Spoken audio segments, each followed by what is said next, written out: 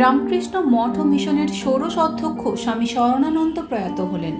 মঙ্গলবার রাত 8:14 নাগাদ দক্ষিণ কলকাতার রামকৃষ্ণ মিশন সেবা প্রতিষ্ঠানে তিনি শেষ নিঃশ্বাস ত্যাগ করেন।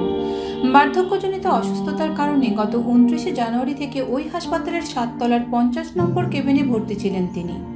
গত 3রা মার্চ রাতে আচমকাই শারীরিক অবস্থার অবনতি হওয়ায় প্রেসিডেন্ট মহারাজকে ভেন্টিলেশনে দেওয়া হয়। তারপর থেকে টানা 23 দিন তিনি ভেন্টিলেশন সাপোর্টেই ছিলেন।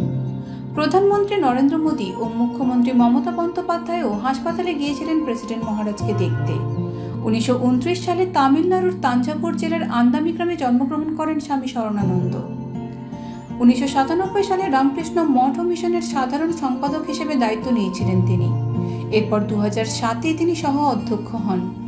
তারপর 2017-তে স্বামী আত্মস্থানন্দের প্রয়াণের পরে ওই বছরের 17 জুলাই মঠ ও মিশনের অধ্যক্ষ হিসেবে নির্বাচিত হন স্বামী শরণানন্দ মহারাজ।